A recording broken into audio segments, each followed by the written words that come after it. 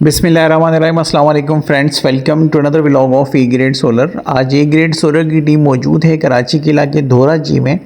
और धोरा जी के अंदर हमने ये सिस्टम कुछ अर्सा पहले लगाया था। इसकी वीडियो हमारे चैनल पे मौजूद है। हमारे क्लाइंट के पास ऑन ग्रिड का सिस्टम लगा हुआ था, लेकिन उन्होंने एक हाइब्रिड सिस्टम जो है वो अपने घर के साथ इंटीग्रेट करवाया था, जिसमें डायनस की लिथियम बैटरी जो है वो अटैच करवाई थी। अभी हमारे क्लाइंट के पास ईवी है, लेकिन इस सिस्टम के लगने के बाद से वो थोड़ा सा डिस्टर्ब थे, जिसकी वजह से इस पूरे प्रोजेक्ट को हम अपग्रेड कर रहे हैं दोबारा GoodWe 15 kilowatt 3 face hybrid inverter के साथ, और इनके तमाम इन्वर्टर्स बाकी के रिमूव कर रहे हैं।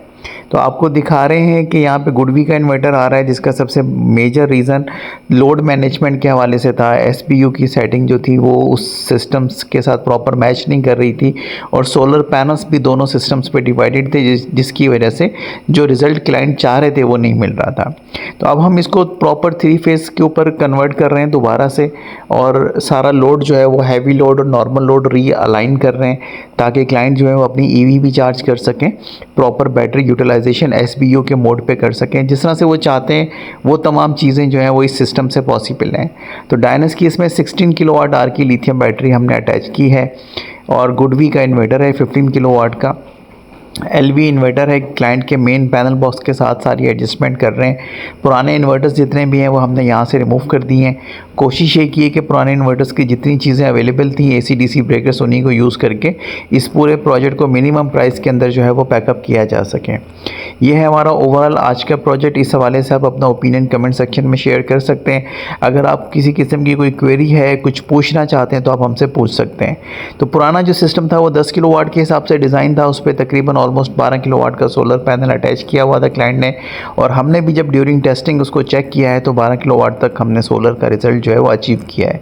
तो ये ड्यूरिंग इंस्टॉलेशन 15:22 के टाइम पे भी आप देख रहे हैं कि ऑलमोस्ट 10 किलोवाट जो है वो हमें सोलर से रिसीव हो रहा है, जिसका मैक्सिमम जो यूजेज है वो बैटरी घर में चार्जिंग के लिए जा रहा है। उसके बाद जो रिमेनिंग थोड़ा बहुत बच रहा है वो बैटरी चार्जिंग के लिए यूटिलाइज़ हो रहा है। अब हम आपको दोबारा से पैकअप शॉट दिखाते हैं कि पूरा प्रोजेक्ट जो है वो हमने किस तरह से पैकअप किया है। तमाम चीज़ें हमने कंप्लीट कर दी हैं। घर का डीबी बॉक्स क्लोज़ हो चुका है, जबकि जो एसी-डीसी डीबी बॉक्सेस थे वो भी क्लोज़ हो चुके हैं। इन्वर्टर जो है वो अपनी जगह पे आ चुका है। इसके एक साइड पे स्पेस कम है, क्योंकि हमारे पास यहाँ पे विजिबली स्पेस कम था, जिसको हमने यहाँ पे यूटिलाइजेशन जो है वो अवेलेबल स्पेस के साथ की है। तो डायनस की बैटरी भी आपके सामने आ चुकी है।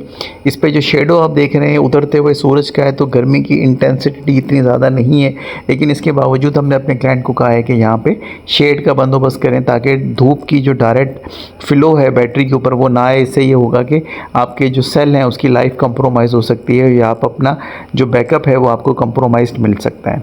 अब हम बात करते हैं रिज़ल्ट की, कि इस पूरे प्रोजेक्ट का रिज़ल्ट हमें क्या आया है वो हम आपको दिखाते हैं। जैसा कि हमने आपको बताया था कि 12 किलोवाट जो है वो हमने मैक्सिमम अचीव किया है। तो आप देख सकते हैं अपनी स्क्रीन पे कि हमें 12 किलोवाट तक जो है वो ये सिस्टम अप्रोच किया है। तो ये एज अ हाइब्रिड सिस्टम भी है, as a on grid system भी है, as a battery operated system भी है।